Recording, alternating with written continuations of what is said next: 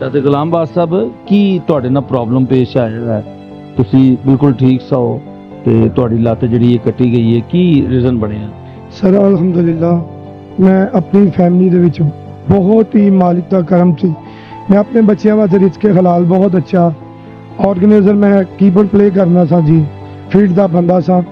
ਮੈਂ ਕੰਮ ਤੋਂ ਜਾ ਰਿਹਾ ਤਾਂ ਸ਼ੂਗਰ ਸੀ ਮੈਨੂੰ, ਮੇਰਾ ਮੋਟਰਸਾਈਕਲ ਤੋਂ ਗਿਰਿਆ, ਐਕਸੀਡੈਂਟ ਹੋਇਆ।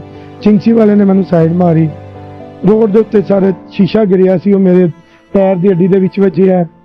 ਉਹਨੇ ਮੇਰੀ ਲੱਤ ਨੂੰ ਡੈਮੇਜ ਕੀਤਾ ਹੈ। ਪਹਿਲੇ 3 ਦਿਨ ਬਾਅਦ 15 ਦਿਨ ਬਾਅਦ ਉਹਨਾਂ ਮੇਰੀ ਹੱਥੋਂ ਕੱਟ ਦਿੱਤੀ ਲੱਤ।